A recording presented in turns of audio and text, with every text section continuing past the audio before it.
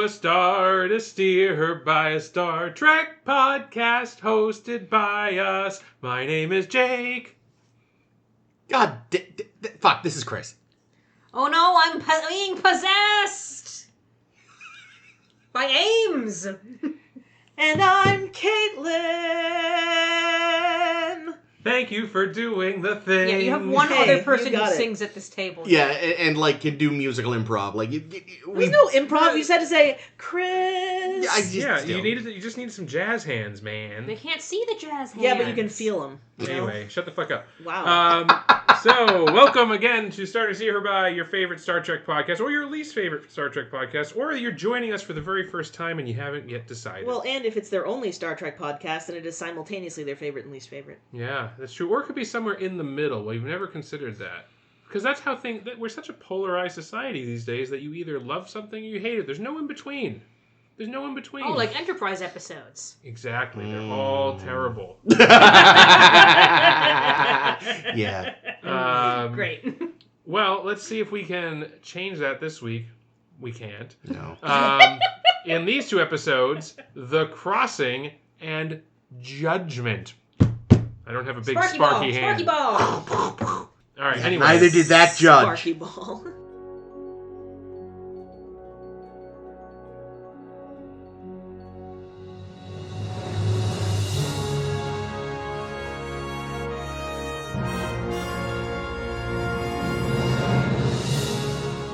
Okay, so anywho, in The Crossing, this is episode 2, season 18, and... What is it of our show?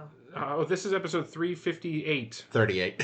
338. Oh, I got as close on... Fucking woo! 388. Push comes to shove, that's the title. It's Fucking always woo. woo. So anywho, woo. This episode first aired on April 2nd of 2003. That's 2003, as in 21 years ago.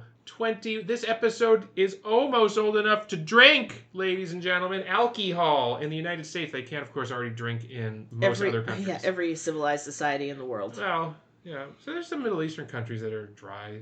Well, but they can never drink there. Oh, there's deserts, you see.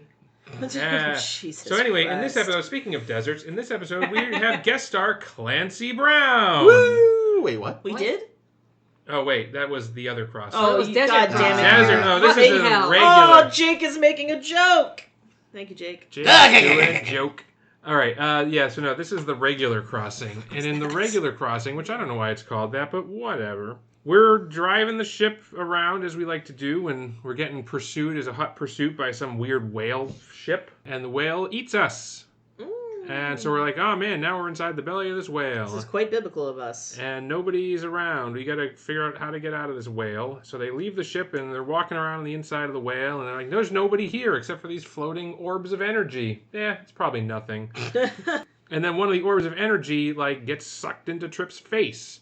And then Trip gets all zoned out for a minute. And then another ball of energy goes back into Trip's face. And the energy comes out. And then Trip's like, whoa, that was fucking weird, Captain. I was flying around the ceiling. I was jerking off everywhere. It was crazy. That's just normal. How is that different from every other day, Trip? And Archer's like, okay, buddy. Okay, crazy pants. So we go back in the ship and we're like, we got to get the hell out of this place. If it's the last thing we ever do, we got to get out of this place. Always. Good is a better life for me and you. That's I think that's what the animals. It's been a long time, Jake. Anyway, so basically TLDR, Trip Too late. gets fucking possessed by these monsters that are like fucking. Oh, we're still in Act 1. Great. Yeah, Trip gets possessed by these monsters. He does a bunch of weird shit. It's kind of funny a little bit for a bit. He loves bread. He loves so cute. He loves eating bread. It's so cute how much it loves bread. Who doesn't love bread? But they seem pretty nice, and they're like, hey, look, could we use your bodies a little bit so we could jerk off and eat bread? See what it's like to have a big pee-pee. And and Archer was like, well, you might not want to take my body then. Heyo. Sorry, Archer. I'm sure it's... So so that's what they ready. so they're like, nah. But then the aliens are like, fuck you, we're gonna steal your bodies anyway. So they steal Reed's body in this amazing action sequence. which looks fucking ridiculous. So they steal Reed's body, and then he tries to rape T'Pol a little bit, but it's not really him, it's the alien. God, why? Oh god, that scene was so gross. And the shirt she You're was wearing. a female. We are different in our bodies. Well, that was the woman on the elevator. Yeah, Well, yeah. He whatever, first he creeps bad on enough. some girl Right, in the I forgot elevator, about then her. then he goes at T'Pol and is like, let's bang. Hey, buddy. And then T'Pol... I see you barely fit in that shirt. You want to take it off? like, calls Archer. She's like, hey, Reed's in here. He's being fucking weird. Not to interject, but how did they find a shirt that was too small for her? She is like the skinniest little mini. Well, if you notice, she was like, the way she was deliberately standing like this. She was pushing her chest out. Yeah, with shoulders like, that so go what all the you're way saying back. is she was standing like she wanted it. The director was like, let's see them titties, girl. I think it's because that's the only way she could fit in that shirt without it ripping off of her. Maybe. Anywho, basically these aliens keep taking over members of the crew. Finally, one of them's chasing Mayweather, and he hides out in the nacelle because he's in that area, I guess. Oh, it's the catwalk again. And then he's like, oh, the catwalk. Let's redo this episode. Catwalks must have some kind of shielding. And Archer's like, huh, hey, Trip, does the catwalk have some shielding or something? And Trip's like, yeah, Captain, I think there is some shielding in there. I seem to remember something about that. There was a whole episode about that, Captain. So they're like, all right, everyone hide in the catwalk, because that's a thing. And they do. And then, it also turns out that Phlox is immune to this shit. Or the aliens go into Phlox's brain and they're just like, get the fuck out of here. This fucking sucks. I had the overwhelming urge to steal celery off of everyone's plate. I don't even know what celery is. So they decide that the way to save the ship is to poison everybody, like poison the air on the ship, kill everybody, and then briefly, just a little dead, and then Phlox Like a little will pregnant. and Mostly dead. that'll drive the aliens out, and then Phlox can revive everybody, and everything will be fine. And that's exactly what happens, and it's a great. Oh, but then we kill them all. Oh yeah, and then I forgot. That's the other thing. We also blow their ship up and to kill them. Well, that's fine. Woof. You know what? I think, honestly, they had evolved to the point where all they could do from there was die. Yeah, what are You these know, fucking little space monsters? Oh, because they can't survive in space. Somehow. They're energy beings that seem to have no needs, They're air? subspace beings. Right. Which is even more confusing. Well, Doesn't make any sense. So here's the thing, right? So obviously, this episode is stupid. Oh, it's so bad. The first bit is great. What is the first bit? Where Trip is acting goofy. Trip eating toast. Oh yeah, Trip eating toast is Fair. great. I have to Toast say, is delicious. the scene where Reed gets taken over when he's like he's doing like some random busy work in the shuttle bay, and then he sees the thing, and then he like springs into action. Yeah. He does a slide down the staircase. He's like doing a tuck and roll. He's getting the gun out. He's shooting. It's amazing. It's like Reed is like, oh, I've lived for this day. Yeah, he's been waiting for that. He's always prepared, this man. That was a Reed alarm.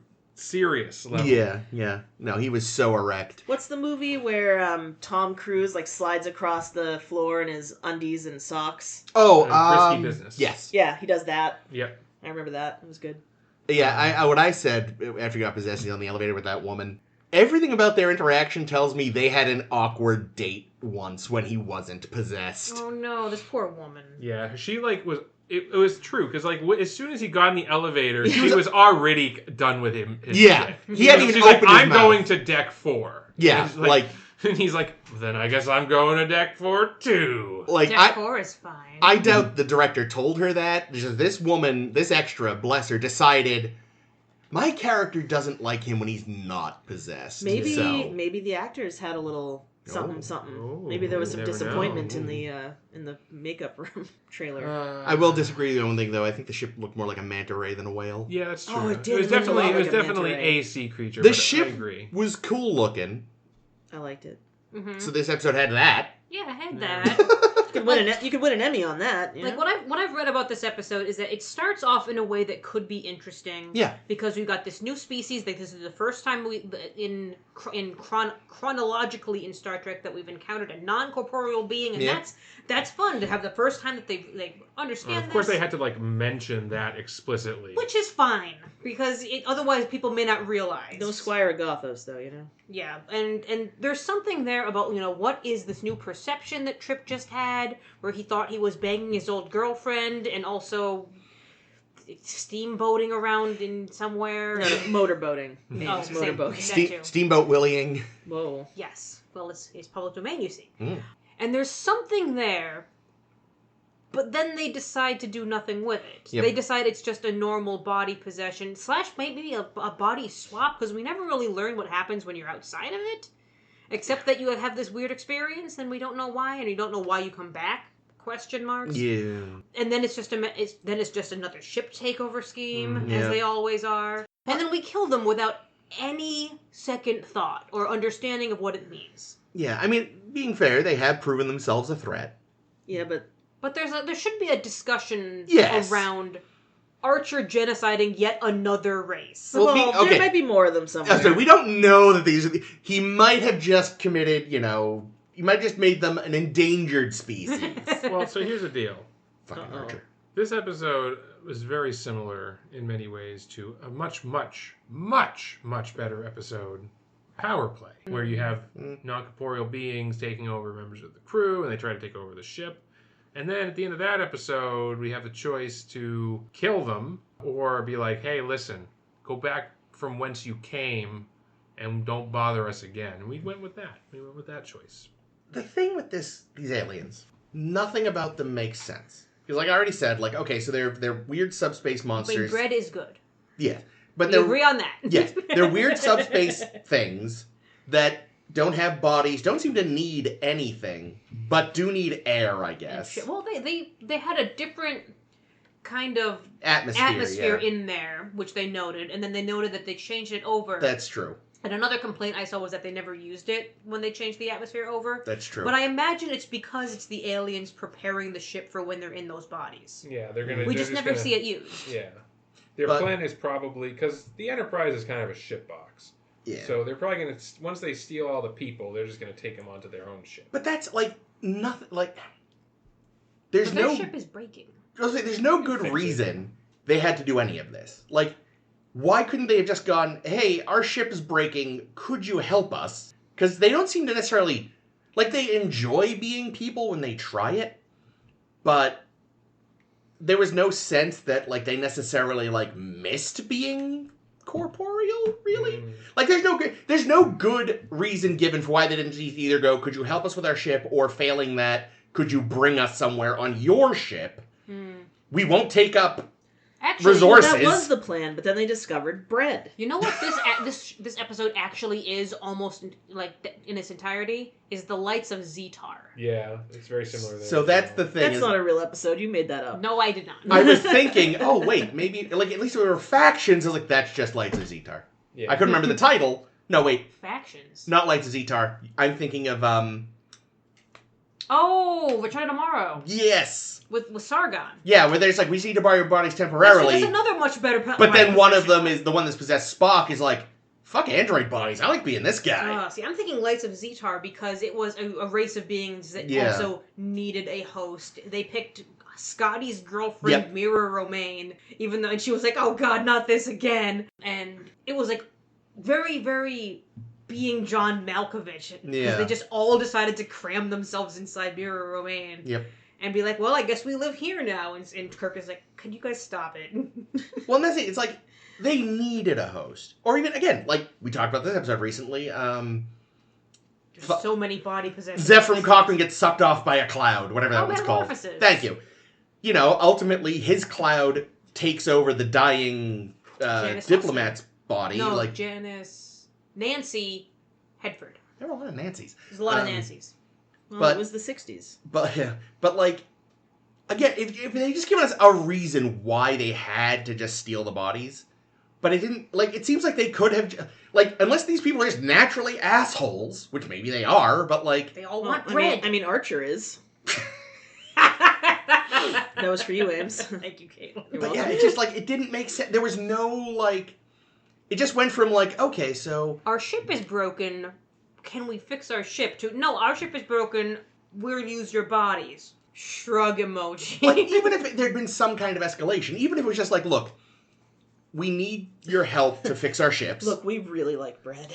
It's there's just something wrong with it. It'd be easier for us to do if we were corporeal. We can't just give you the knowledge because we borrow your people. But then some of the people in there are That's just Return to Tomorrow. Yeah, it It's is. seriously just Return to Yeah, Tomorrow. every version of this that gives it escalation just turns into that. So here's the other thing. Like the way I think you fix it is you make it a TNG episode where it's just about cultural exchange. And it's about learning about these fucking people. Like, the guy even says in Trip's body, you guys are explorers. This should be your fucking bread and butter. Speaking of bread and butter, I want some of that fucking bread and butter! Yeah, no, it's just, yeah. I don't This know episode needs to be called Bread. Like, why Yum. did they have to be baddies? They could have been goodies. Or Yeah. at least give them a reason. You know? The ending is the exact same ending as... What's the one with Roxanne Dawson being a computer?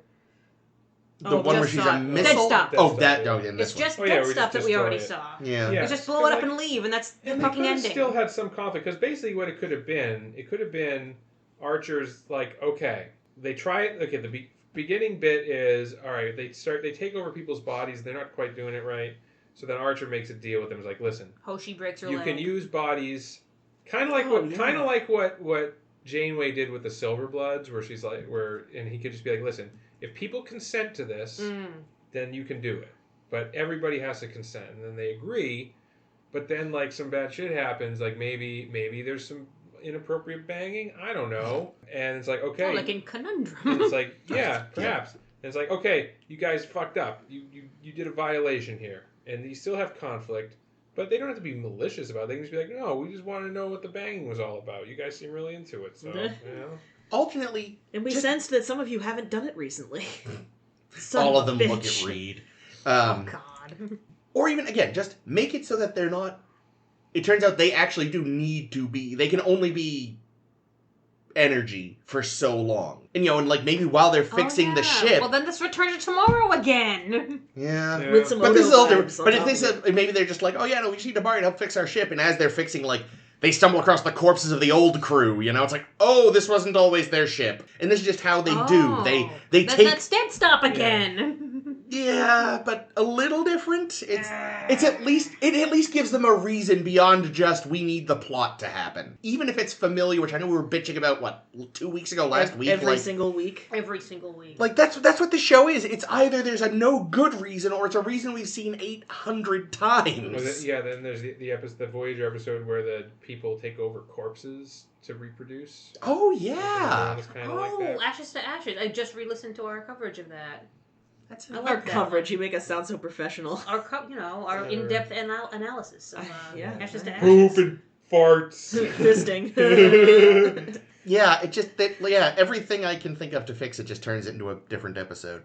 Yeah. Into an episode that already exists. So I guess just don't make this episode is the answer. This Maybe. wasn't great. But like again, there's some credit where credit's due. It was okay. Yeah. Did some okay things. Yeah, the acting while possessed was good acting. On the spectrum of Enterprise episodes, it's mid-range. If this was the only Star Trek you'd ever seen, this probably would have been decent. We got to start grading Enterprise episodes on a curve. On the Enterprise curve. Yeah. Although, speaking of the Enterprise curve, Oh. a few weeks ago you mentioned, Jake, judging Archer not on the scale of in all other Star Treks, it's competency porn. Mm-hmm. But the whole point with these folks is they don't know what they're doing Yeah, yet. they're incompetent. But they're still morons. Yeah. In Even the case of Reed, incontinent as well. Oh, Wow, no. poor Reed. even on the let's give them a break scale, like, how will we figure out who's possessed? Well, these aliens suck at pretending to be your crew. Yes. How about that? How about Oh. the fact that, they all but admit it the minute someone looks at them? This was actually the one thing, because, aside from it being a tread plot and a kind of stale story, it was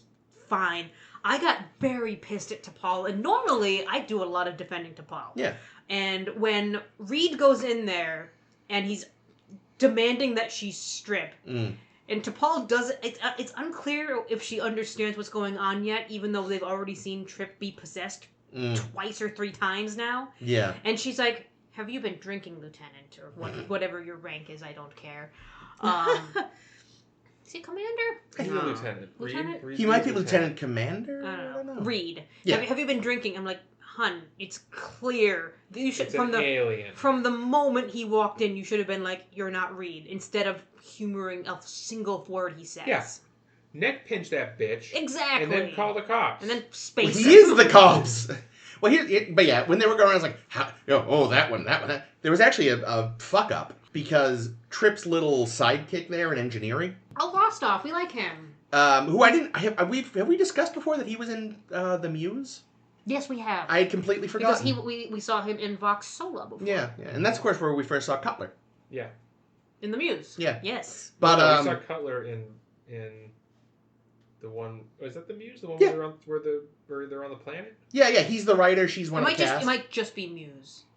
Oh, we're talking about the Deep Space. Oh, yeah, right. The Muse is DS9. Yeah. Muse is Voyager. Jesus Christ, Star Trek.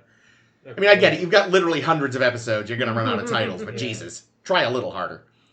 What was I saying? Oh, yeah. So, Rostov, like, Trip realizes he's been possessed and calls the cops on him. But then in the later scene where they're scanning people in the dining room or whatever, it's like, oh, Smith and Rostov. It's like, what, did he get away? Oh, I thought it was a different name they said. No, I noticed because I'd looked him up. Because I'd forgotten. They have a certain, they're like, the continuity script supervisor is just like, let's make sure we reuse names because there's only supposed to be like 80 people on this ship. So Right. if suddenly there's 400 names that are stated, we should probably be consistent. You know what it is? I think it's that also Reed was the first one they locked in quarters because of the creeping. Yeah. No one else was locked in quarters yet until Reed, I don't think. I thought they sent security after Rostov, but I don't.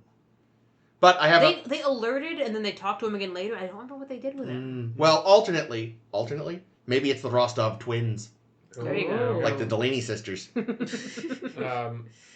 Another thing I kind of liked until I didn't was the Enterprise in a nutshell. Yes. the whole thing with where Hoshi, possessed Hoshi, calls the doctor and is like, I have damaged this one. I need help for this. I have broken its leg and need your help. Proving these things can be clever. Yeah. It was a good ploy. Well, I like the idea of like, oh yeah, an alien. But then we had to talk to Phlox. An alien in a human body that doesn't know how human bodies work would very likely damage it doing stupid things, just like humans do. Like a toddler. And then the subterfuge. But then like the scene in the quarters was dumb, and the little fight was choreographed really weird. And it just showed there's a bunch of shots of Phlox's nuts getting kicked. I don't know if you watched that scene. What? Yeah, I missed that. Yeah, if you watch that scene, there's he's wrestling. Hoshi's lying on the floor, and Phlox is kind of wrestling with her, but he's still standing. And then they just keep cutting to shots of her pummeling his groin with both feet.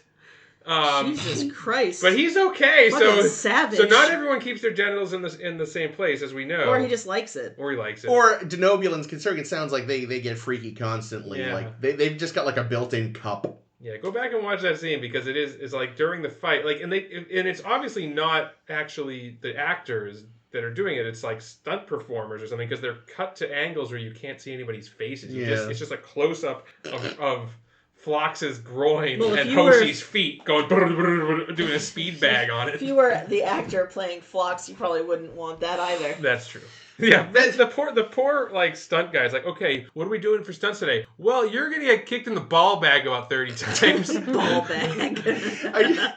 You did make me think that in reality, it also shouldn't have known how to fight. So it would have been kind of funny if the whole fight was just her going and it was being like, "Fuck was that?" It's like, I don't know. Shit.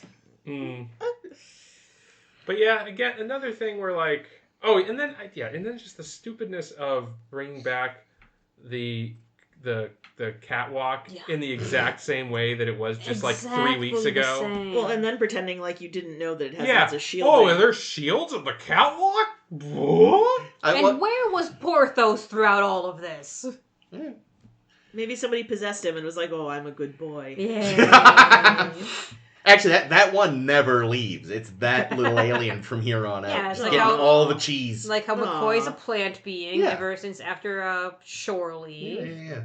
Well, actually, that's a good point, right? So, Phlox is like, well, yeah, we can revive the people if they're only out for a few minutes, but that doesn't say anything of the dog or his entire menagerie. They're all dead.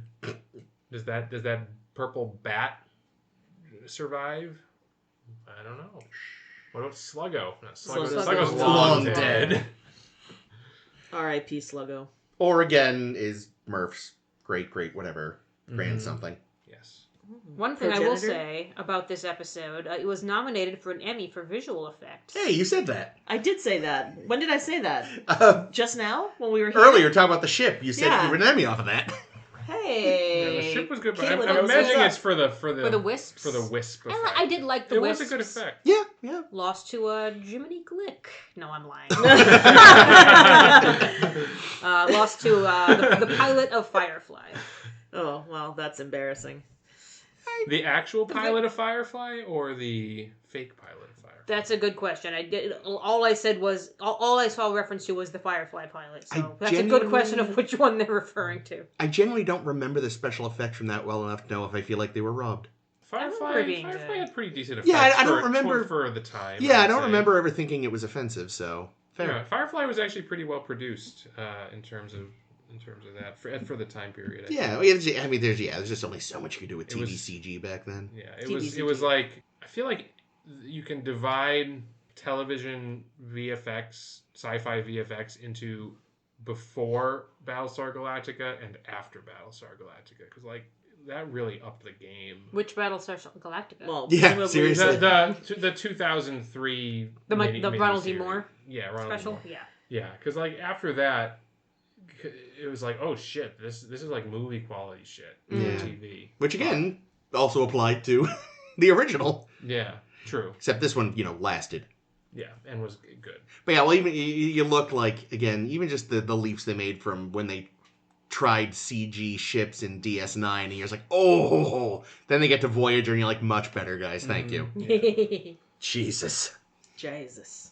Yeah, and then like even before DS9 or maybe contemporaneous, I guess, with Deep Space Nine was Babylon 5, which was Ooh. Oh, shit, yeah. all CG. P- ships. PS fucking 1 cutscene graphics. Real But bad. the makeup was cool. The makeup, Makeup yeah, was they great. had Yes. great. No, the makeup yeah. was, but they should have just used models. Well, I think that was a budget thing, right? They're Yeah, like, yeah. we can't build. We're not going to build these fucking models. What do we got? Star Trek money here?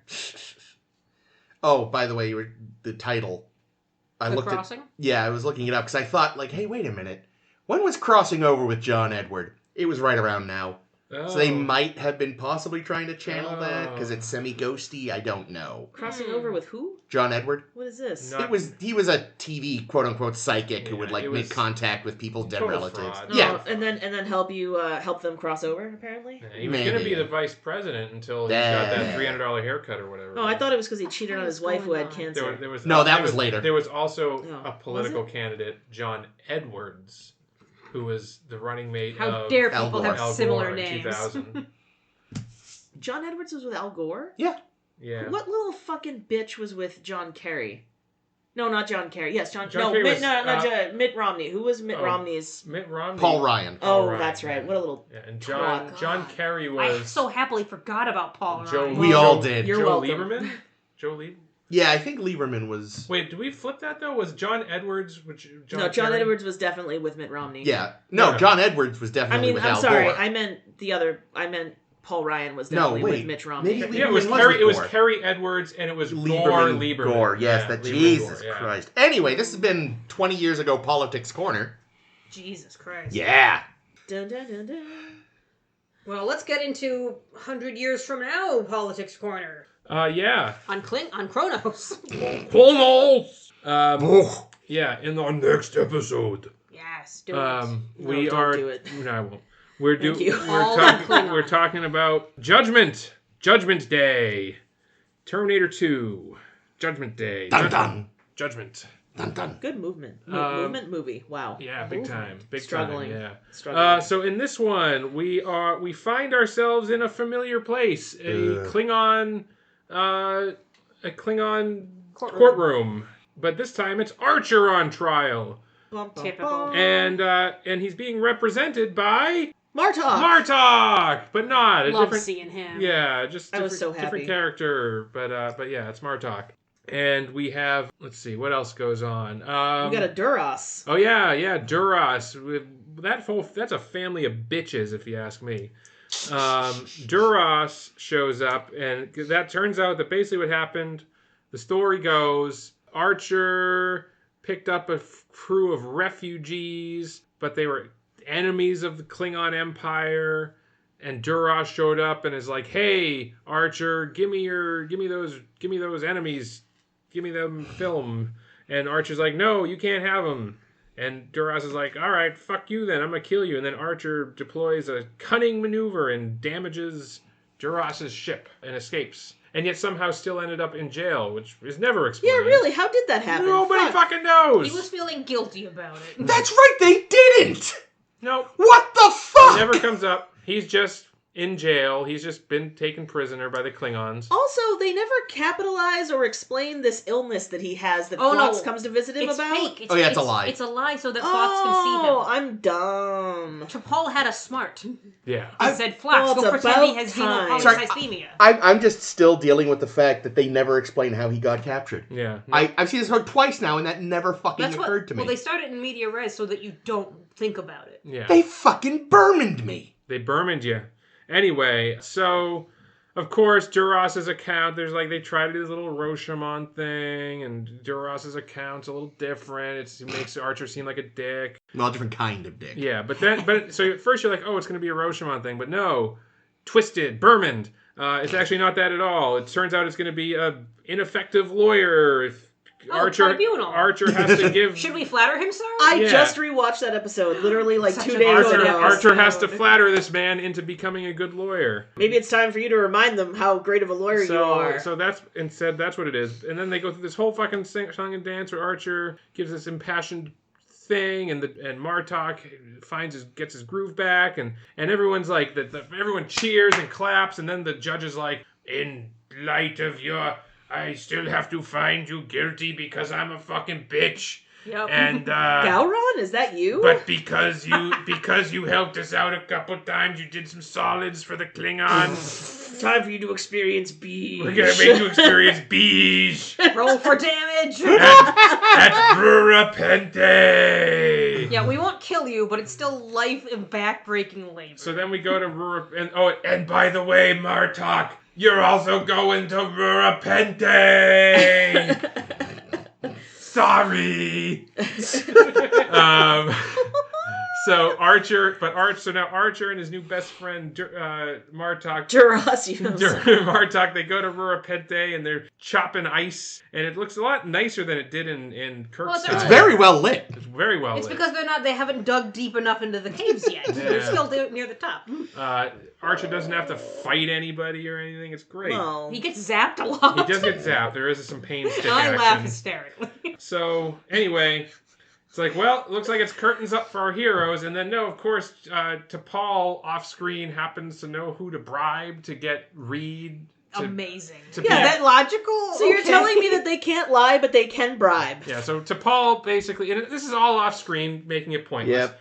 She bribes a Klingon official I have a story like that, to get Reed onto a supply ship to Rura Pente, and then he rescues Archer, and Archer's like, "Hey, Martok, come on, let's get the fuck out of here." And Martok's like, "No, I want to stay here for no reason." And Archer's like, "Cool, bye." Bye. Martok was like, "I would rather take my chances here than spend more time with you." Oh, nobody likes you, Archer. So, Ames, Hey. Archer is now legally annoying. A nuisance. Whoa, to you? No, to the Klingons. They literally He's were declared like, if legally he's guilty, annoying. Oh, No, okay. he's Well, we all declared, knew. if he's guilty of being a nuisance. Yes, but it's on file in some law Good. library that Jonathan Archer is a legal nuisance. I hope he carries it around. now precedence in the Klingon legal system of being guilty of being a nuisance, which is great. You know what happened? Also off-screen, so like, T'Pol's like, "Oh, the Vulcans have some contacts with the Klingons. I'll make some calls." So she calls up. She gets, what's his fucking name? Who? Soval. She gets Soval Oh. on the line. She's like, "Yo, Soval, Archer's in jail. We got to help him out." And Soval's like, "Oh, what did he do now? What was it? What was the crime?" She's like, "Well, he was found guilty of being a nuisance." And he's like, "That tracks." Oh, wow, that's a piercing one, Chris. Yes. Oh, two things I'd like to think. That one, part of the reason Rura Pente is has such better security by the late 23rd century is because apparently it sucked in the mid-22nd, and Archer got away. 2, do you think this was the beginning of the end of the Doros clan?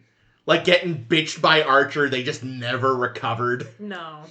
Yeah, well, yeah, this guy, this Duras, seems like a real piece of work. But I don't think it should have been a Duras. Oh, it should not have been at all. It was there was Duras, too much I know of that name! With double dicks. Oh, dear. Oh, it was Klingon. Yeah, when I first was... Sorry. I can wait. Thank you. There it is. When I was first reading the synopsis of this episode, and they said the writers were really having a great time filling it with Easter eggs, I'm like, oh no, is it a Lower Decks episode? Why does everything a reference? It's not an Easter egg when it's that... People have forgotten the difference between an Easter egg and just name-dropping shit. But there's way more. Oh Did you guys notice, it's actually not even in the episode, it's in the script, that the courtroom is on Narendra 3. Narendra 3. Narendra 3. The site of the battle where the Enterprise C was destroyed while saving a Klingon outpost from a Romulan attack? Yep, in yesterday's Enterprise. My fucking lord! Good job, I Jake. just assumed it was Kronos. No, apparently it was on Narendra 3. Quonos. Yeah, you have to say it with extra teeth in your mouth. Yeah. I mean, at least it wasn't supposed to be the same fucking... Because that's the thing. It's like, okay, you're really going to revisit all these Star Trek 6 things. Like, I can accept, like, all right, it's just a different courtroom. Apparently it definitely is. Because it's like, it's, you know, if that was, like, the main courtroom in 6, this is, like, fucking night court. Yeah, this is the closet off the side. Yeah. But, again, like... Yeah, and we had the reference to Koloth, to the name, to like the right of Koloth or some shit. Oh, I missed that. Yeah, it was some law or other. Yeah, some law named after a Koloth that we can only assume this Koloth is a descendant of. Yeah. But yeah, like you bring us to Repente, we've seen it before. And again, yes, it's 100-odd years before. But it's so bright. And I get it. We talked before about TV has to be lit somewhat brighter. But they've definitely lit Star Trek darker than this before. Well, in the courtroom also was the same thing. It was way bright in there. It's just like... It was easy getting a screen grab for this episode. I don't fucking doubt it. It never is in other Klingon episodes. Yeah. It's like the one episode where you really should have been turning down the lights. And you were just like, hey, you know what? Fucking halogen bulbs at 110%. I feel like so much of the in Star Trek 6, like, because that's the thing, right? They're going to do this thing. Of course, we're going to compare it to Star Trek 6 because they're doing the same thing. Yeah. And Tribunal a lot. Well, Tribunal a lot. Yeah, but in terms of the aesthetics. Yes, the aesthetics. The aesthetics. We're comparing it to Star Trek 6. Like, so much of like what made that courtroom scene was like how dimly lit the judge was in particular, where he was just like this hooded figure. You couldn't see him. Yeah, he was also like way high up, and everything was like it was also a vast space where everything was like far apart from each other. You felt more isolated when you're on that little circular platform. You know what this was? This is the meme. This is the we have Star Trek 6 at home. We have Star Trek 6 at home. Star Trek 6 from Wish. Yeah, this is Repente Wish edition. Like, again, even with the courtroom being different, I'll even accept, like, it's just a different one. It's less important.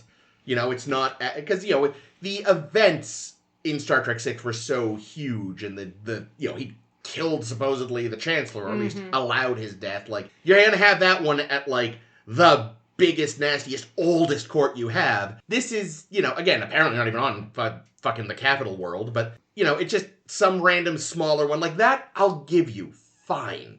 But, again, like, and again, even Repente, it could even been the same set, even, like a smaller, more cramped area. Fine. Turn the fucking lights down. Yeah. Yeah, where was all this light coming from? Because they are underground, because you can't survive on the planet surface. Thing, like, I just think that... I don't know who does lighting, if it's like the DP or like who. I don't know enough about TV production, you know, who's responsible for this. But Star Trek has done dark stuff on TV. Mm-hmm. You know, I think a good example that comes to mind would be Empok Nor. Right? Yeah, like that's a very moody, yeah, well lit in terms of like. Yeah. Interestingly lit. Well, that's I think you just hit on it. It's moody. Because we've talked before about the fact that, like, you know, especially in, like, back in the day, the 90s, Jesus, you can only go so dark with TV lighting because of the nature of TV cameras and film. But you can compensate for having to be brighter by at least playing with the light, having shadow, like I said, being moody. This felt like they forgot to turn on the like, it's like they forgot to say lights, camera, action. They said camera, action. So it was the default, like... Yeah, the works are on somewhere. Yeah, thank you, the works, that's the word. Yeah, that's what it feels like. There's no atmosphere, and it's fucking repenting. Like...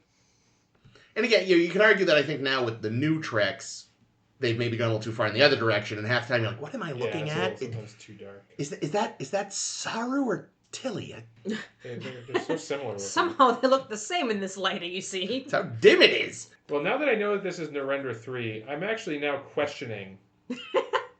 So, were the Romulans... So if this is the outpost that the Romulans are attacking, were they just trying to rescue someone who was unjustly being tried for stupid crimes? I like that. And the Romulans are like, let's get our fucking people back. And the Enterprise C shows up and it's fucking That's cowboys. good headcanon. I'm for this.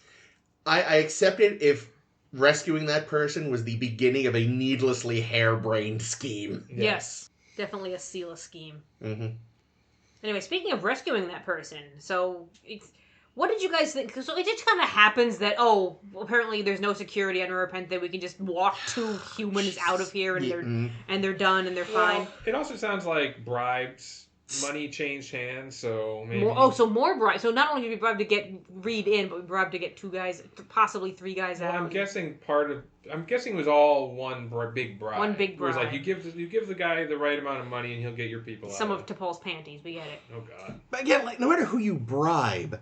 Like, this is a bucket of crabs. The other... You never heard? What? Oh, What? It's a way they talk about, like, if you put a lone crab in a bucket...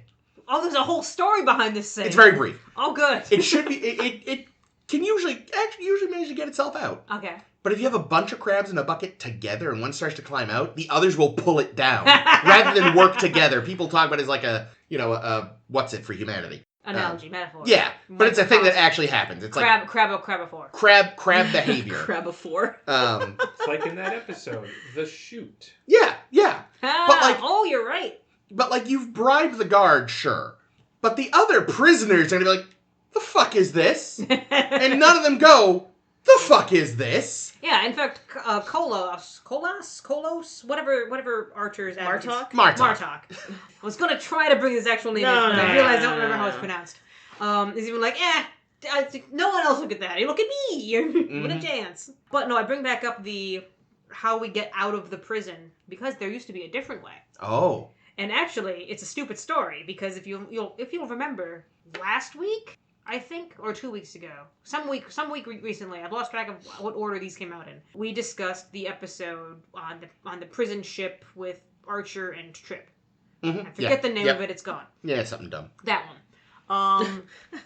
That was supposed to be the end of this episode. That they were going to just rescue Archer from a prison ship. But then they realized, this prison ship idea is too interesting. Let's balloon that into its own episode and make it like one big thing about the prison ship. So now Archer, in the span of 2 freaking weeks or something, has gotten himself arrested twice. See, what they should have done is kept it as, like, the next episode from this one. Done a 2-parter? And, well, it wouldn't even be, like, it would have been a 2-parter, but not in the sense of, like, and now the conclusion. It would have been, like... Just a continuous. 2 episodes that take place in the same continuity.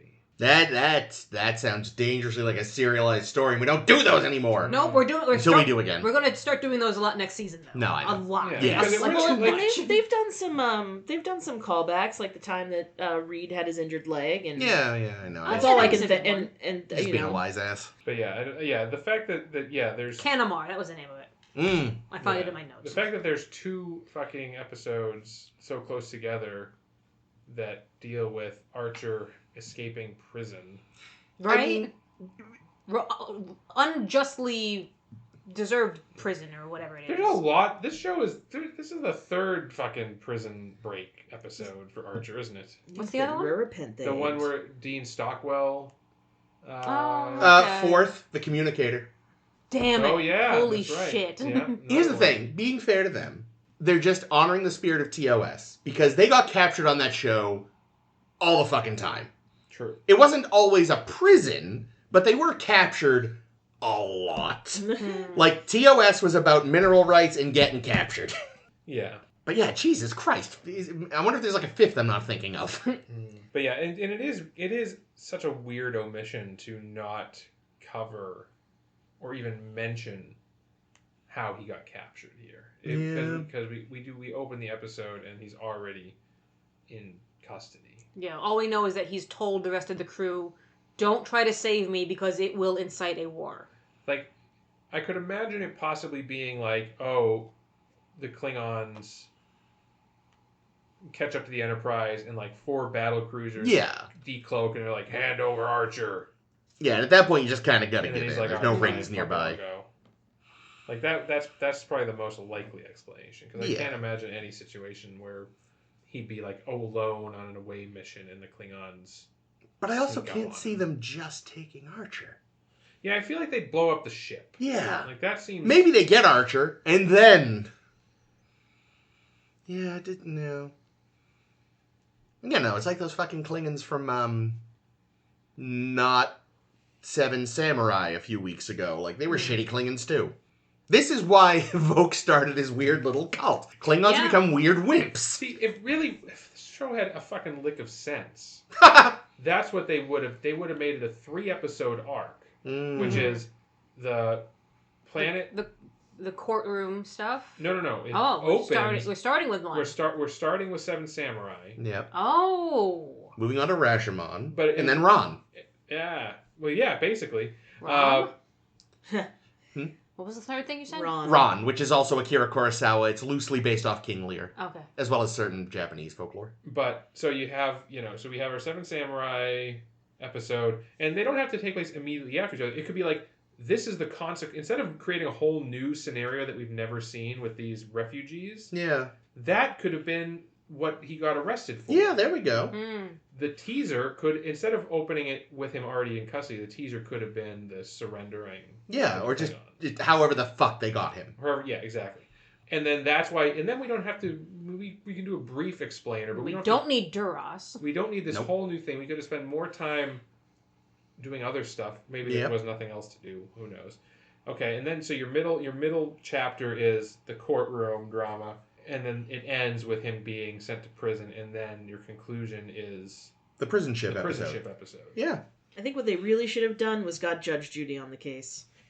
Well, clearly.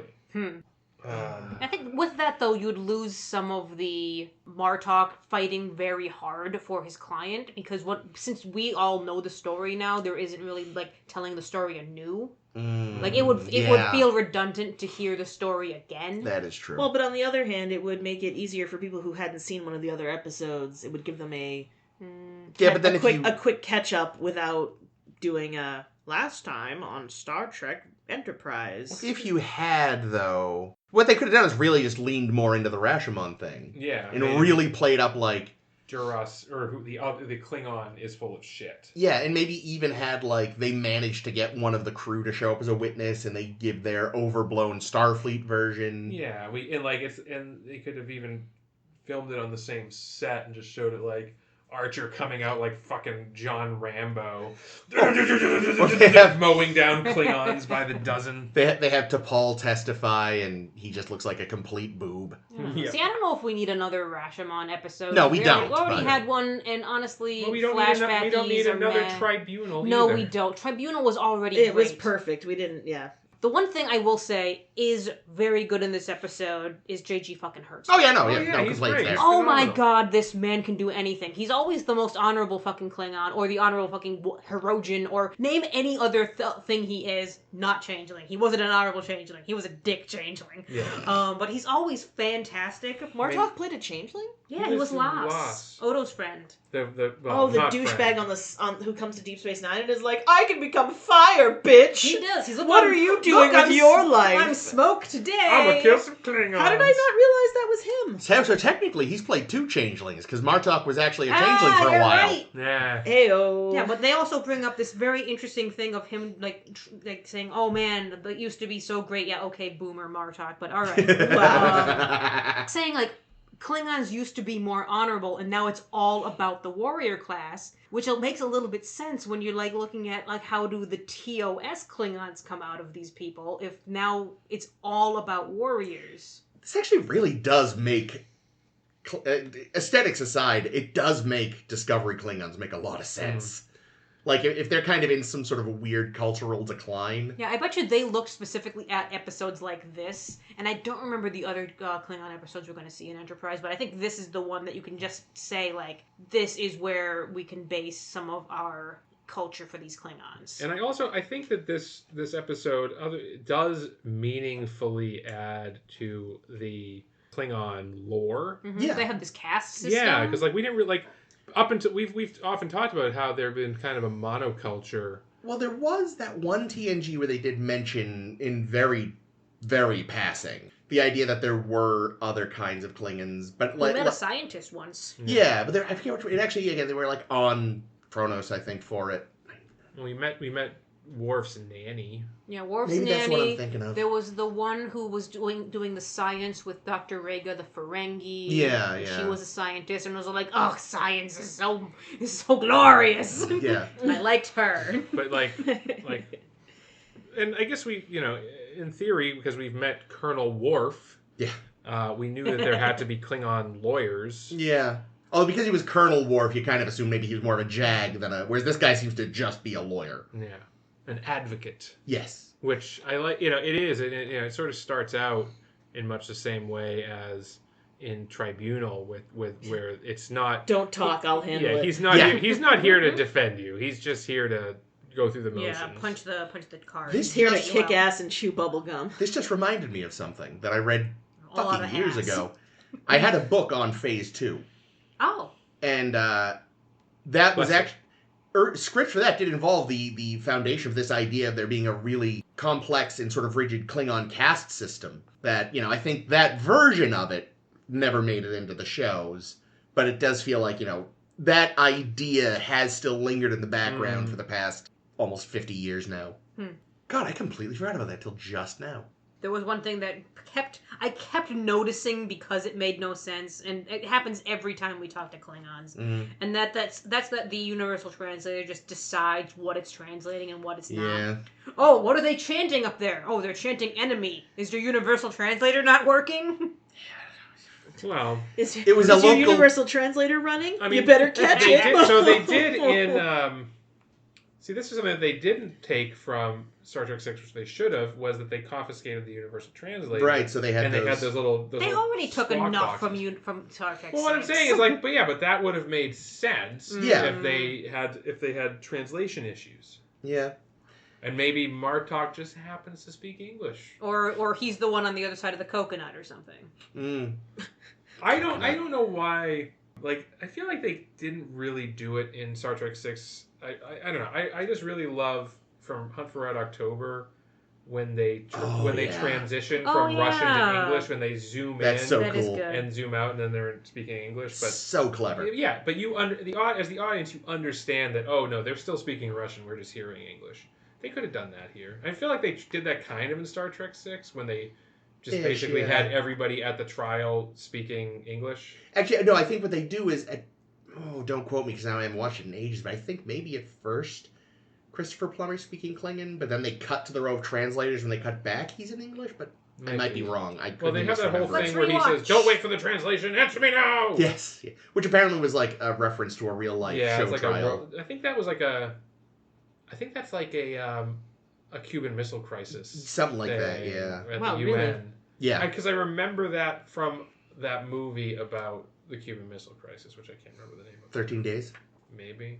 I don't remember. That is a movie about the Cuban Missile Crisis. I don't know if that's what you're thinking of. Nope, I've the never seen only it. one. Question Caitlin actually had come up with. Because obviously they did a whole new set of makeup for JG there. Mm-hmm. Were those his teeth, though? Were those the Martok teeth? They were definitely Oh, I the don't Martok know. teeth. Because, We'll yeah, have Just to- go we'll and have to make compare. new teeth. Yeah, I was saying that's probably a little harder than making a new forehead. That's what I thought too, because, I mean, the forehead is just... You probably can reuse latex on different people, or just, like, trim it up, but the teeth have got to be... Well, also, it's like, there's major recurring characters, they probably don't reuse the molds. Mm. I would not expect to see someone else with Worf's head. Yeah, no, that would stand out. But yeah, I think Martok got his original teeth, but definitely got a different head. Yeah, it was definitely a different head. Yeah, and as much as I agree, he is great. I love seeing him, and he's a good actor. I didn't feel like he did much to distinguish his performance. Oh, from Martok? He was just just another Martok. It was just another Martok. Because it's also such a similar character, because it's someone who has charisma and dignity at the same time. It's sort of the honorable man in the sea of dishonorable men. Yeah, it's like how he would have done Kovat in Tribunal if he weren't a piece of shit. You know why, though? You know what is the reason this, not Martok, wasn't Martok? He didn't have a horrible bitch of a wife at home who he loved. Oh, I love that bitch. Actually, maybe he did, and that's why he wanted to stay at Rurapente. No, he had a soft, boring wife who didn't challenge him. That explains a lot, yeah. Maybe he'll meet his wife at Rurapente. She's one of the guards. Yes. More pain sticks. Oh, did you guys also recognize Orak, who was our prosecutor? I feel like I looked him up, but I can't remember somebody, now. But I don't know who he was. Okay, there's two things I can list for you. One, he was Rusat in the final season of Deep Space Nine. Oh yes, that's right. I looked. Yes. He was the Cardassian that doesn't Damar murder the fuck out of. Yeah, he was. Or is it Garrick? No, it was Damar. He's about to shoot Garrick, or no, he's about to shoot Odo. Kira. When they're stealing the ship, and it's Damar, Rusat, Kira, Odo, and Garrick. There's a Mexican standoff. Oh, yeah. Is he just the one that's kind of like stirring shit? Like Damar's like, we're gonna work with them, and he's like, we're not working with them. Cardassia, for the love of Cardassia. He's the Cardassia forever guy. He's the stick in the mud. Yeah, he's basically like, come on, Damar, let's kill them and when Kira's trying to teach them. Yes. How to do guerrilla tactics, and he's like, "Oh, the fucking Bajoran That's woman." him, right? Okay, I do know who that is. Great. And he was also Hagen, the Betazoid from Night Terrors, who was crazy. Oh yeah, the one that they find on the ship. Yeah. Oh, that's funny. One moon circling, one eye blinking, one testicle. Man, in picturing Rusat and that guy in my head, I would not have expected them to be the same actor. Well, it's all the makeup, ton of makeup. Yeah, at least with that one, all he had was the black contacts, I imagine. Yeah. Well, he was like, he was kind of a disheveled looking man. Yeah. Well, he was catatonic, too. Yeah. Yeah. That's no excuse. Last little reference I wanted to make sure I pointed out. When Phlox is claiming Arthur has xenopolycythemia, that's what Bones had in For the World is Hollow, and I have fucked the sky. Oh, for Christ's sakes. Everything's a reference. Everything's a reference. I don't know. I think bringing up a previously established disease, that one's an Easter egg. That's fine. Yeah, that's not. Yeah, that's fine. That's true. I wouldn't even go as far as to call it an Easter egg. It's like when we've used there's that flu that always comes up. Yeah, there's certain diseases that get mentioned a lot of times. That's the one. Oh, I realize you know why there's so many fucking references. Is this was written by David Goodman, our friend who wrote Where No Fan Has Gone Before for Futurama. So he knows how to do a reference. A little too much. You overdid a little this time, buddy. Just a skosh. That's right. Does this episode predate that, or was that... No, this is definitely later. Because last time he came up, we realized they came out kind of around the same time, and that was a few weeks ago. Yeah. But yeah, it does feel like he was just like, I don't know how many times we're going to get to do this. I am cramming in everything I can. Yeah. Oh my god, they're letting me touch the Klingons. Right. Yeah, the quote that he says is, I tried to include as many TNG-era Klingon-related continuity references in this installment as I possibly could. Most made the cut. Oh my god. What didn't? I don't know. I gotta admit, though, knowing now that he's, like, a crazy fanboy, it'd be like if they let me write a Romulan episode. It just... Yeah. You'd write a great Romulan episode, Chris. Oh my god. I'd probably overthink it. I'd Romulan myself. I'd try to come up with a scheme so idiotic, my brain would shut down. It would be that's terrible. really the problem. Like, you often get situations where you have fans writing, like. But then you have editors, goddamn. Well, Yeah. you do, but like, I'm thinking of like Stephen Moffat writing Doctor Who. I was thinking that, but I was like, where it's just like every episode was a big fan wank. Yeah. But more importantly, with Stephen Moffat, every episode was a Stephen Moffat wank. Yeah. Like, he could not get enough of his own fucking Kool-Aid. Like, really, River Song is, like, the most important character in the universe all of a sudden? What a fucking coincidence. Like, honestly, I think it kind of, if anything, what really helped was the fact that Matt Smith didn't know Doctor Who much before he was in it. So, like, maybe that... Because once it was him and Capaldi, also a longtime fan, it's like, oh, God.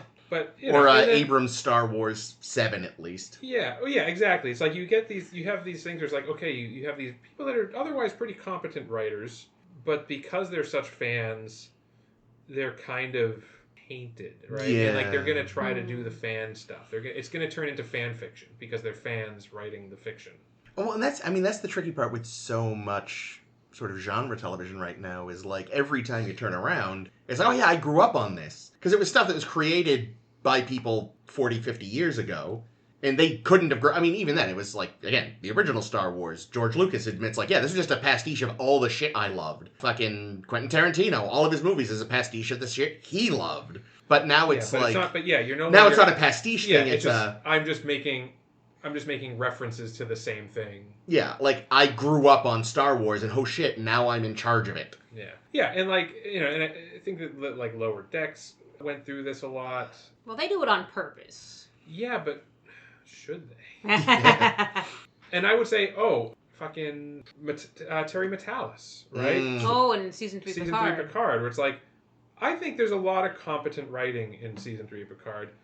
I think there's a lot of fan work. So much. And it's like, and like, I appreciate that Terry Matalas is such a big fan of the show. I mean, he works on Enterprise, right? Yeah. But yeah. But rein it in, Terry. Yeah, exactly. Like, you gotta... kill some darlings. No! Oh, no, don't kill! You've killed enough darlings! Damn it! Stop it! Leave the fan wanking to us. We'll take care of that. You just gotta... Do the professional job. Find the balance. Find the prodigy balance, with the exception of Kobayashi Maru, or whatever it was called, which was just a bit heavy-handed. I don't know. I've rewatched Kobayashi Maru, and aside from it's really the characters they chose and the voice work that's terrible. Oh god, the sound editing was real bad. But Dahl is so cute in that episode, and I enjoyed it. I think if they had so they had, pretty sure they had Gates McFadden. Gates McFadden record new lines for that. Yes. But the other ones were all dead. Yeah. So they just had to use because they wanted you to weep when you saw them in the credits at the end. Yeah. Which, I did anyway. God damn it. It's like you said at one point, like, a fine example of sort of fan wankery done right is the... All the World is Stage. Yes. Yee! I love that episode. That's a really good way to do it. Which episode? The one where... The Enterpriseians, they do their fingers so like this. See, that one's great because they meet a bunch of Star Trek fans. It's really what so like. good. Like, the Enterpriseians are the fans. It's Galaxy wanking. Quest. Yeah. Kind of. Except even, like, the people... That's the way... It's Galaxy Quest, except they're not really the crew. They're also... All their knowledge is also secondhand, kind of, which adds an extra layer to it. Yeah. That's a good show. Yeah, on the Lower Decks front, I think Lower Decks in later seasons has gotten better about the fan wanking because they have their own episodes to reference now, where it makes sense. Because originally they were just referencing other series because they didn't have any episodes themselves. It's kind of like, So now there's running gags, so you get it. Don't get me wrong, it's a much better show. But, like, in its first season, Venture Brothers is sort of like a, what if Johnny Quest grew up and was a sad, drunk piece of shit? But then, as it went along, it built up its own lore that it began to reference to and became more than just a Johnny Quest parody. That's a great show, too. It is. You know what else is a great show? Star Trek Deep Space Nine?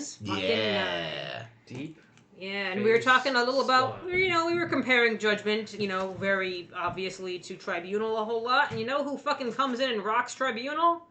Fucking Sisko! Was he Captain Sisko yet, or was he still Commander Sisko at that He point? was fucking Sisko. I think I already That said is his official rank. But he was still Commander Sisko. I just watched it recently. Thank you. This is Caitlin's area of expertise. Well, for now. I mean, I just watched the episode yesterday. Oh, Ask me tomorrow. I just mean DS9. No, please. That's also not true. My memory is not. It's not what it could be. All right, so we're continuing. We finally segued so smoothly you didn't even realize, thanks to our good friend Worf, into character spotlights for Deep Space Nine. Woo. We're starting off with Sisko this week. We got good and bad moments for Sisko. My bad list ended up getting to 28, and I didn't even include. I don't have anywhere on my list in the Pale Moonlight, so someone else can do that one. Wow. Wowzers! Oh boy, Caitlin, you start. Oh, that's nice. Are we starting with bad or good? Good. Good. Oh, good. Good to bad. This is your show. We gotta start with you. This is my show. I feel like This is your show. We have to start with you because we know you haven't prepared shit. I feel like we managed to capture. I feel like each of us represents one of the four. Sort of. I'm the TOS jerk.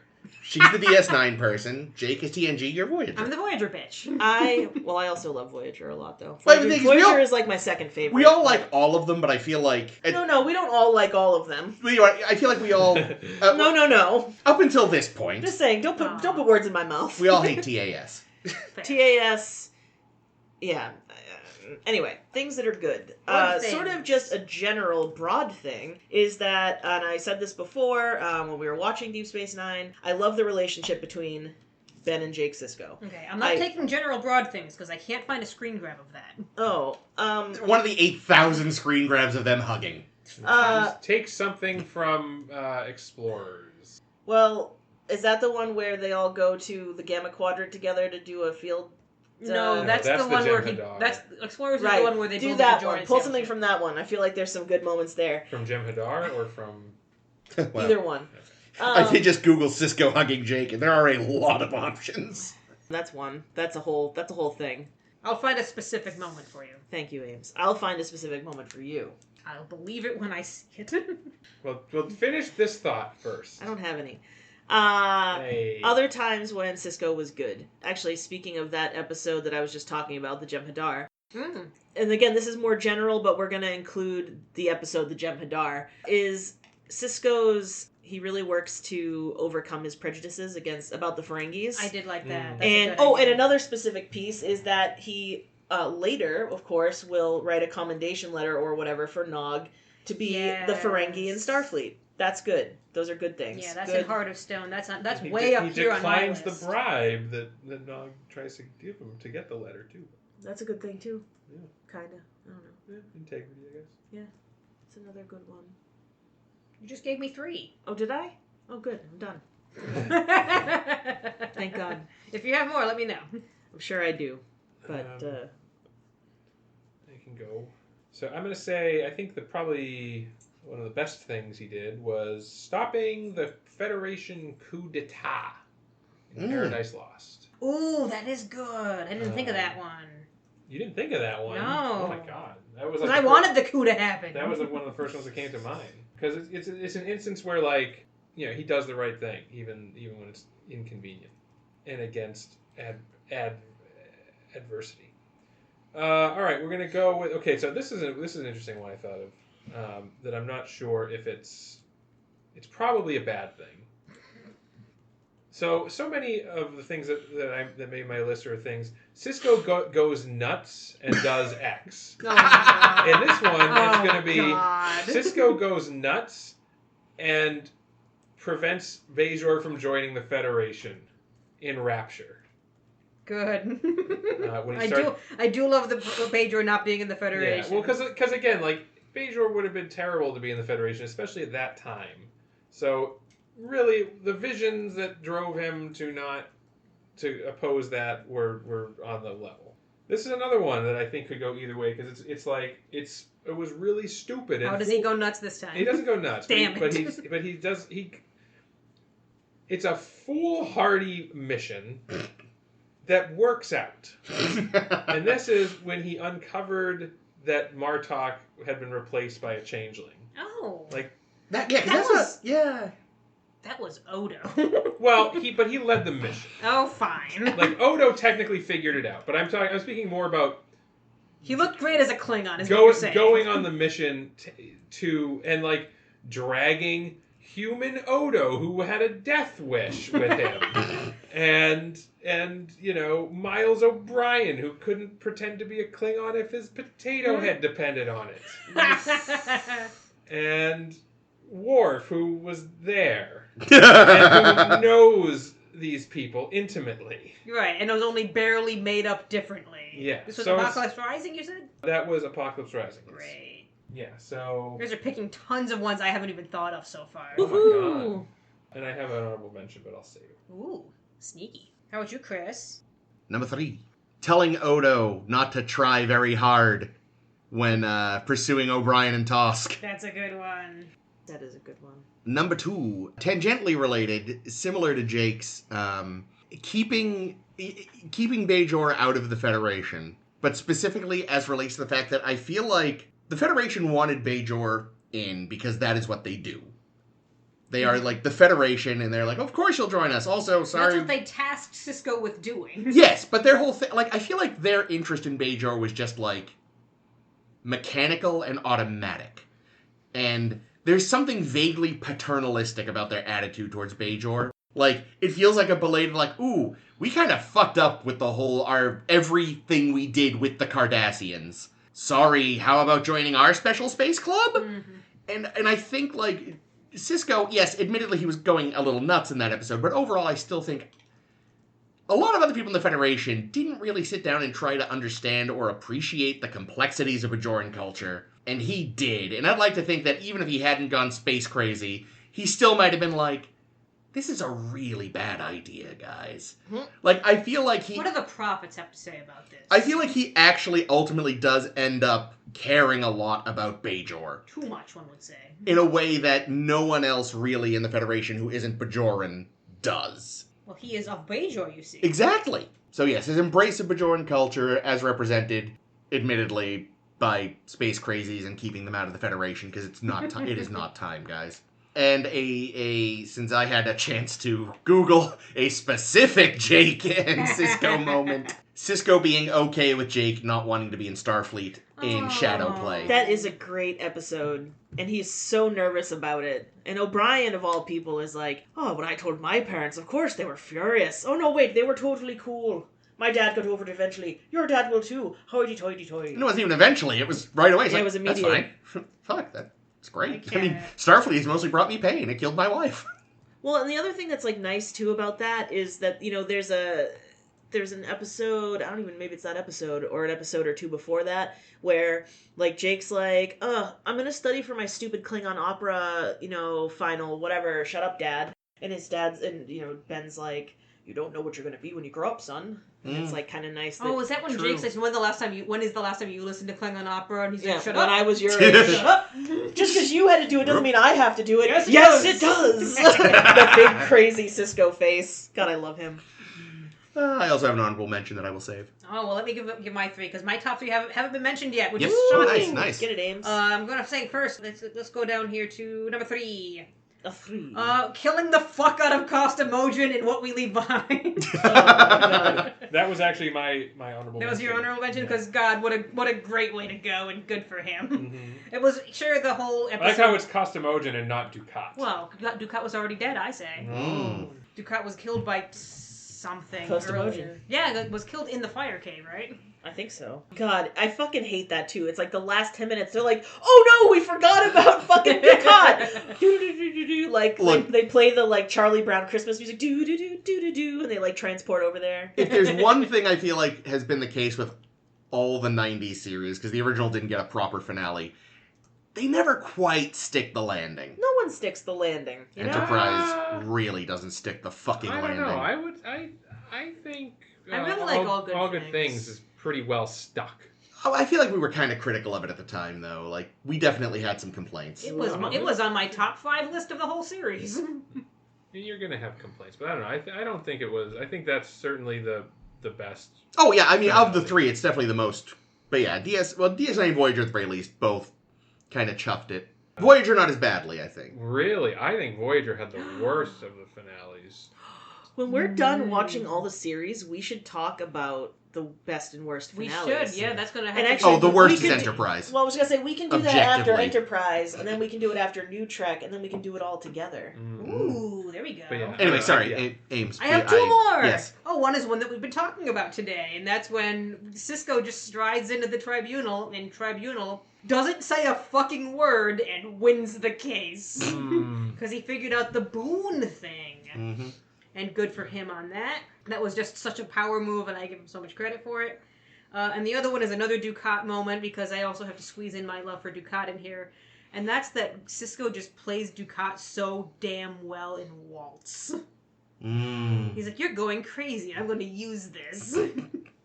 And it's brilliant. And I know crazy. I've been there myself. Don't mind if I do.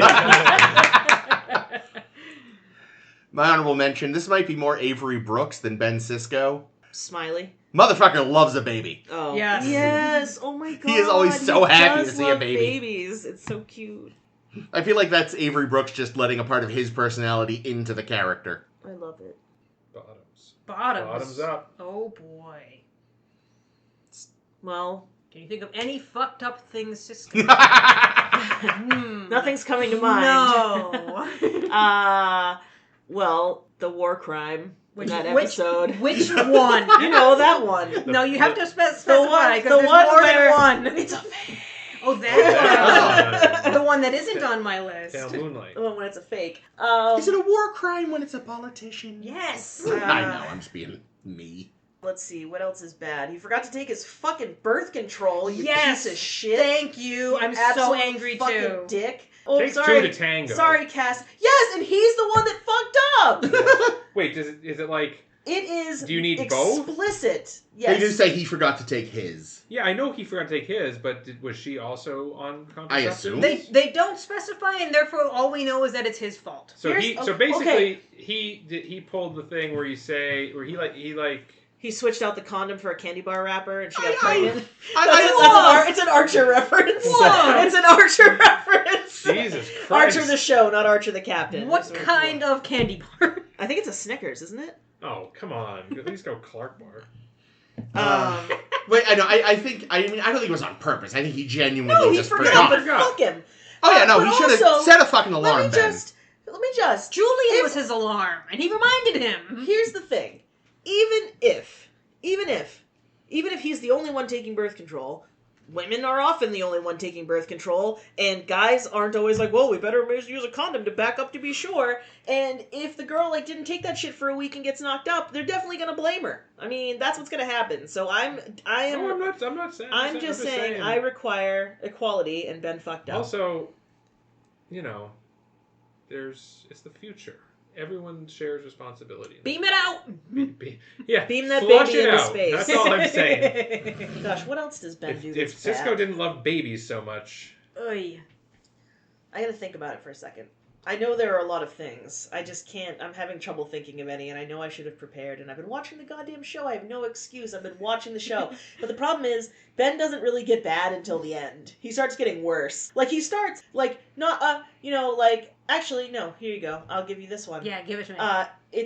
He's kind of a dick to Picard, and it's not really Picard's fault. I mean, I get it. Yeah. I get it. Is that I feel like I took that one down, but I can't find it quickly, so I'll just jot it down here. But I might even have that one too. Dick and Picard. Dick to Picard. Neat. Okay, here's what I'm gonna go with. He goes nuts and releases a fucking paw wraith and almost gets Kira and or Jake killed. Oh, and that in one. The Reckoning. Oh, when he fucking smashes the column, smashes the plinth or whatever it was. The stele? I don't know what you call it. Yeah, and the paw wraith and the prophet escape, and then... I was about to argue with you, because I'm like, no, but it's fucking Wynn's fault that it goes wrong, but you're right, he starts it. He does, yeah. I mean, but it's also... He's like, I love breaking shit. Well, yeah, Wynn was totally...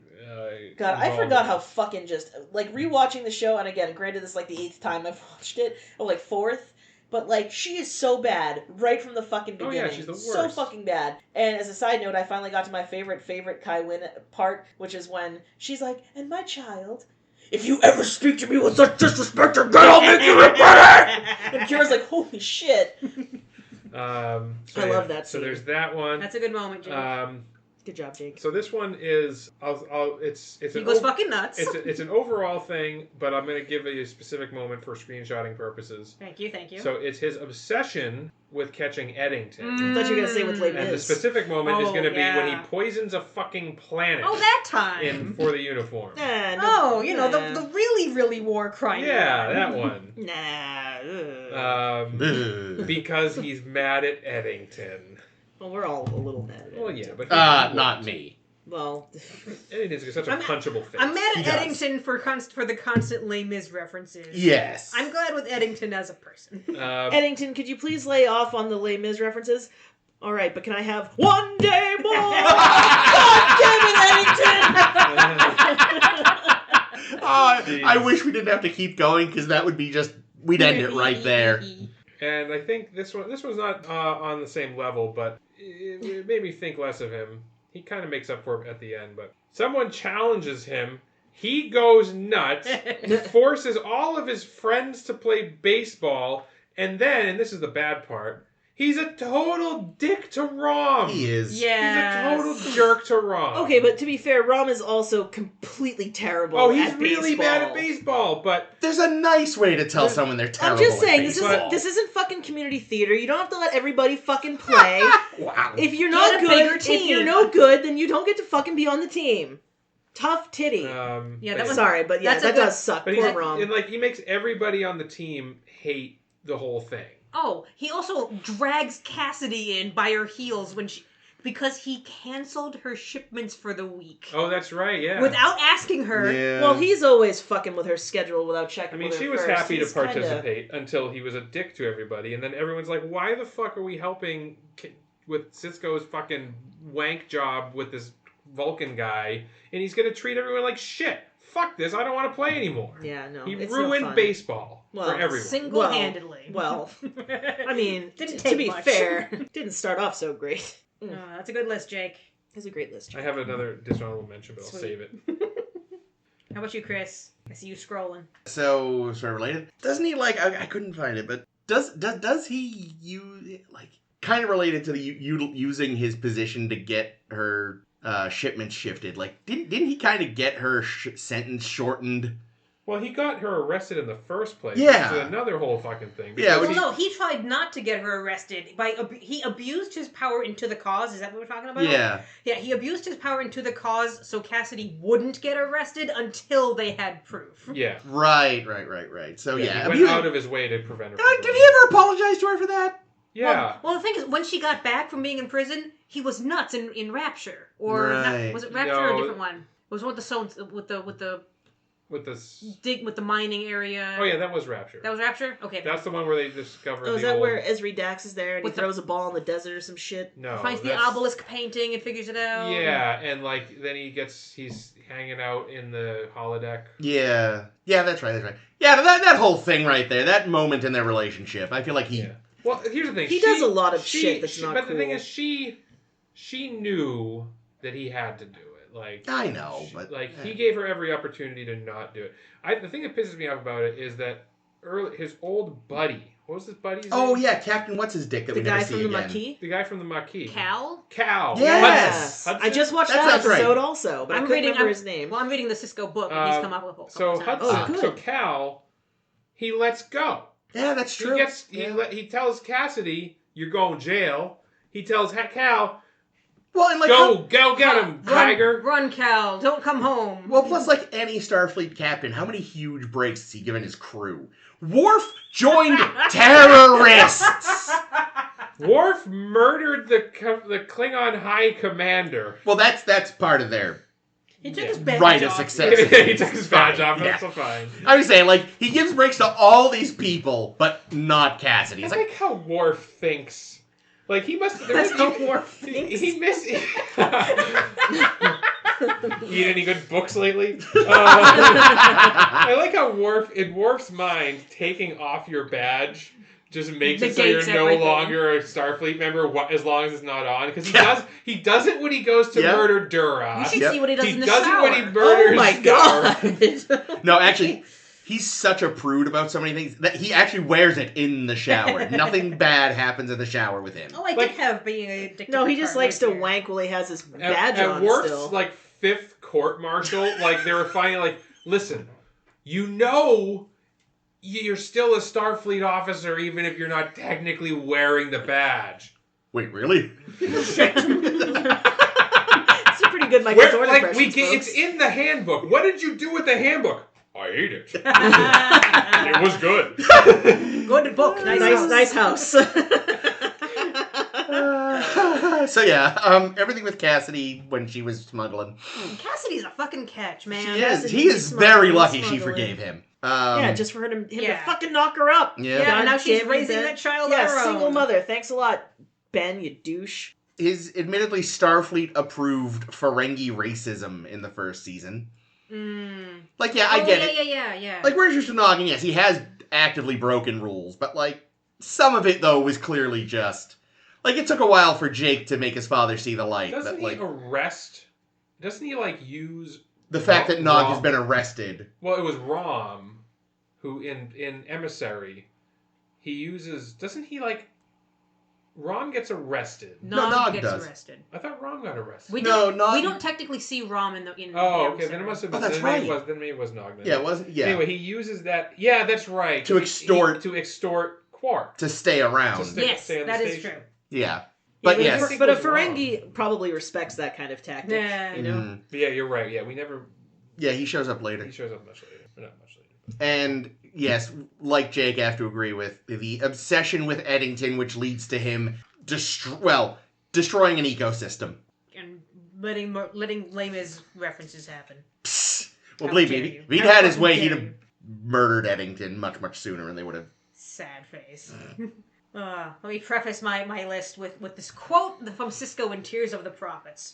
He says in Tears of the Prophets to Jadzia's coffin, "I've failed as the emissary, and for the first time in my life, I've failed in my duty as Starfleet officer." And I think loudly, about that, Sisko. I have a long list for you to read. Ben. Let's start with, you guys have listed a couple of these already, so I'm going to jump down my list a little bit to killing Curzotto in facets.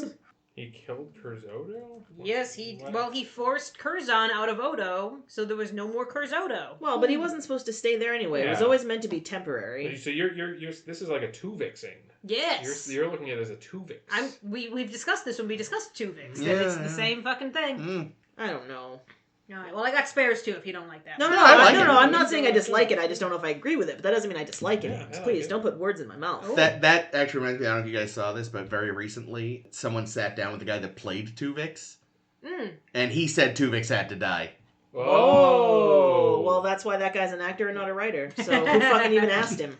Go on, Ames. All right, my number 2, letting Kira go to the past to meet her mom in Wrongs Darker Than Death or Night. Oh yeah, bad call. Sisko, no, bad. Yeah, good point. He's like, oh yeah, do you want to use the Orb of Time? I have it over here. Sisko, stop it. I kind of forgot that wasn't just your usual whoopsie time shenanigans, but like very explicitly acted out time shenanigans. It was because Ducat called up to be like, "Yo, Kira, I banged your mom." Yeah, hey, Kira, do you know I fucked your mom? Hey. Oh God, simultaneously the worst and best.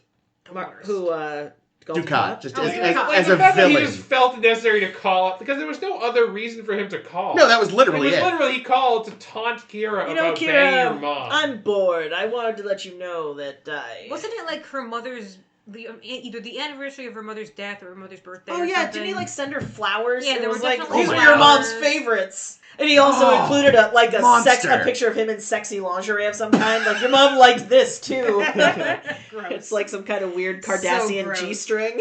Considering they're always in leather armor, I feel like the quote-unquote kinky version is just like a turtleneck and some nice slacks. So what Garrick wears all the time. Ooh, nice. Yeah, that's why all the other Cardassians hate him, because they're like, you filthy fucking deviant. Oh man, actually that's also O'Brien's lawyer now that I think of it. So he's also... Aw, Kobat. We like him. Well, I mean, he obviously has a fucking kink. He's like, I don't want to win. I want to lose. I want to be humiliated. Tell me what a bad lawyer I am. Somebody get the stunt double to kick me in the ball sack a lot. Somebody punch my ball bag while I lose this fucking case. Weird. Oh, Jesus. Oh, fuck, I broke Chris. Oh, he might die. Oh, don't die. Jesus, that's horrible. I have one more at my tippy top. And this is one I give Sisko guff for this all the fucking time because I can't fucking stand it and he should know better. And Admiral Ross gives him hell for it in Tears of the Prophets. And he tells him, Sisko, you can either be commander of Deep Space Nine or emissary to the Prophets. You can't be both. And he's always trying to be both, even though they conflict. Sisko's like, just watch me. And I just always find that a bad fucking move on his part. If you're going to accept that you're the emissary of the Prophets, you can't do this anymore. Yeah, you're kind of right. What else you got, Ames? No, I see you have a big ass list. Who else had honorable mentions before I go Oh, through this right, list? yes. One of mine was going to be banging mirrored Jadzia. Oh, God, you're right. Oh, my God, I forgot all about Banging that. So all did I. the women. Yeah, He did really. so many he women. did Didn't he bang- fuck Kira, too? He fucked Kira and I'm pretty sure Jennifer too, yeah or no? I don't know. I don't know if we know. I don't know. I think But he just loved her. But yeah, like Mirror Kira was Under duress. yeah, and like Oh, she would have fucking killed him. Yeah, who wouldn't, right? Like, come on, she was hot. She pretty fucked fun. him. She was banging. Yeah. That's true. But yeah, the Dax thing just felt gross. It felt like it was under false pretenses. Oh, it and- totally was, yes. Yeah, and that was gross. And she gave him hell for him when she saw him again, and he deserved it, that dick. Yeah, that was gross. I forgot all about that. And I preferred it that way. Damn it, Benjamin. Did you have any honorable mentions, Chris? No, I'm good. Do we think he called her old man while he was plowing her? Ugh. Definitely. Ugh. All right, I'm going to rattle off my list because this is going to be fun. You're welcome, Ames. A list of 30 honorable mentions. My God. Allowing Bashir to go with his plan to lure Section 31 and get Sloane killed in extreme measures. Bad, Sisko, bad. Hazing Julian and making him hang out with the ambassadors in the Forsaken because Curzon made him do it. I don't know. Somebody had to do it. Why Bad, not? Sisko, bad. Julian, Just but do it. here's the thing. Julian needed taking down a few pegs. I was saying, just do it because Julian deserves it, not because it's revenge. Exactly. Oh, yeah, but season that one is why Julian. he did it. He just wasn't allowed to say that. He wasn't allowed to be like, yeah, you're kind of a twat, so I'm going to put you with these guys. And besides, as you recall, it all turns out well because the ambassadors are all super impressed by Bashir and he makes some great connections. So actually, was it really that bad, Ames? Yes. It blew up in Ben's face, yes. I've watched the show enough times that I remember it now. It's good. Doing well. Putting Kira in charge of the Darkhill investigation in Duet when she was definitely biased. What a great episode. Yeah, but here's though. the thing Holy about shit. it. Like, yeah, maybe bad choice, but I don't think anybody else would have figured out the... Odo. That's the one where the dude Yeah, but is Odo claiming wouldn't- to be Darkhill, but he's not, and he just wants to be punished Yeah. because he was like a clerk. Yeah. What a Yeah. great fucking episode. Wasn't I just talking about that today? You were. That's a great episode. Yeah, but...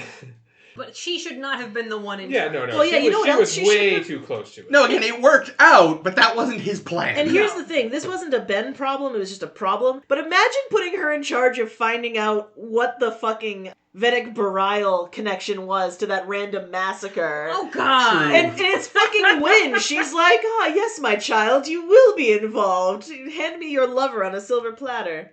It's like, that's fucked up. All right, we got demeaning Quark with the Nagus' scepter to make him join their search party in the search. Didn't like that. Yeah, not great. Again, more of that weird Ferengi racism. Going to rescue Odo for literally no reason in the Dias cast when there were hundreds of Jem'Hadar ships ready to kill them. I disagree with that one. Anything that Odo needs to be saved is fine. Nope, he's one man and you're a whole ship. He's not just he's one one man. puddle. He's a changeling. He's so important. Well, especially once they figured out that the cloak didn't work anymore, and they're like, should we stop? And they're like, no, let's go. Oh, this one should have been higher on my list.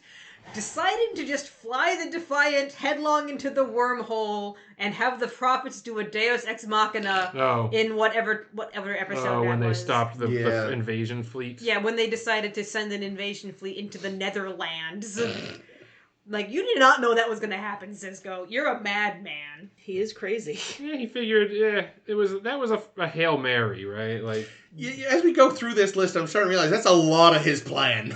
Like, that's literally, that's a Save Me Jeebus moment. Yeah. Save me, Prophets.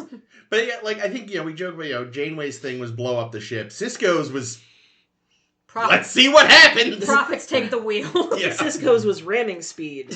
That's more. I know, but it's still... This is a little stupid one, but it's fine. Spending so much damn time building a Bajoran sail ship instead of doing his fucking job. Well, maybe it was his vacation. Yeah. He doesn't get a vacation. Oh, he might have sometime. Oh man, Work-life balance. Being such a fucking baby about getting serious with Cassidy at indiscretion. Yeah, no shit. He was ready to fucking marry Venna or whatever the fuck her name was, but you meet a fucking chick that can stick around, and all of a sudden you're like, but she was like a dream girl, literally. Yeah. What's Cassidy? Yeah, that's true. Dude. Well, here's the thing. I think Venna was like a fantasy woman because she. I don't know. She was hot. She had that red. She was DTF. She had fucking great titties too. But Cassidy is like a woman. Like she's serious. Independent. She doesn't need your shit. Yeah, exactly. she certainly does not. I'd be intimidated by Cassidy too. Rightly so. She's great.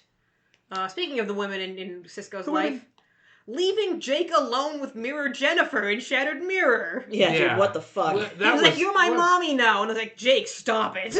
Or even letting Jake meet Mirror Jennifer. Yeah. Like that. Well, she did that on her own. Yeah, but true. Yeah. Giving her the opportunity to meet Jake, but not like leaving her in the brig. Yeah. Jesus. I have Rapture on here too. Hooray! Getting Eddington fucking killed in Blaze of Glory. Nice. That's a good thing. Releasing Kevon into Quark's custody in the Magnificent Ferengi. Which one's Oh, yeah. Was that all Sisko, though? I feel like he had to pull some strings to... No, Quark just asked, and Sisko said okay. No, Jake, there weren't any strings on Kevon. Right, no strings on me. Sending both Worf and Jadzia on the mission in Change of Heart. Okay, this one I never liked. Continuing to call Ezri old man after she told him not to, and I think after Image. And then he goes and coerces her to stay on the station when it was clear she didn't really want to stay, but he tricks her into staying. Yeah, okay, but on the other hand, fuck Ezri tax. Just kidding. You're right. It was a bit of metagaming. And last little one is wanting Cassidy to do all the emissary shit and canceling her job duties again in Strange Bedfellows or Changing Face of Evil. One of those two, because they kind of blend together. I forget which one it was. The one where she was supposed to go and bless all the newborn babies or the expectant mothers or something. And she's like, "This isn't my fucking job, Ben. I have a job." And he says, "Well, I canceled your job." Fuck you, Ben. Asshole. Damn it, Ben. Yeah, he really oversteps with her like a lot. And that's obviously because he is intimidated by her. He has to fucking, alpha male hump her a little bit to be like, "I'm in charge here, She's like, "Of course you It's are, pathetic. Ben." Pats on the It's a little back. pathetic, yeah. "Oh, Ben, you do so many fucked up things." Oh, Ben, you a bad man. That planet had it coming. Which one? Yes. Oh, that's right. We're actually on Enterprise. Oh no, we have more to do next week. Next week, join us for Horizon and the Breach. What Deep Space Nine character are we talking about? Kira Nerys! Woo! Yay! Friend That's of the gonna be podcast. So yes, join us next week for that. Follow us on Facebook and SoundCloud and the Tumblr, sshbpodcast.com. See all the Sisko screen grabs. So many. So many hugging babies. Yeah. Oh, he loves babies. Check out, our other things and our fanfics and old stuff that we cobbled together back in the day before we were doing this regularly. We're actually recording on Threshold Day. That's right, we are. So I did a repost of our Threshold post because, Nice. You know what? Get him, Robbie McNeil. You did it. Yes. So yeah, I guess that's everything. This has been Chris. This has been Ames. This has been Caitlin. Jake. Wow. Prophets. We keeping you awake, buddy? Prophets, take the wheel.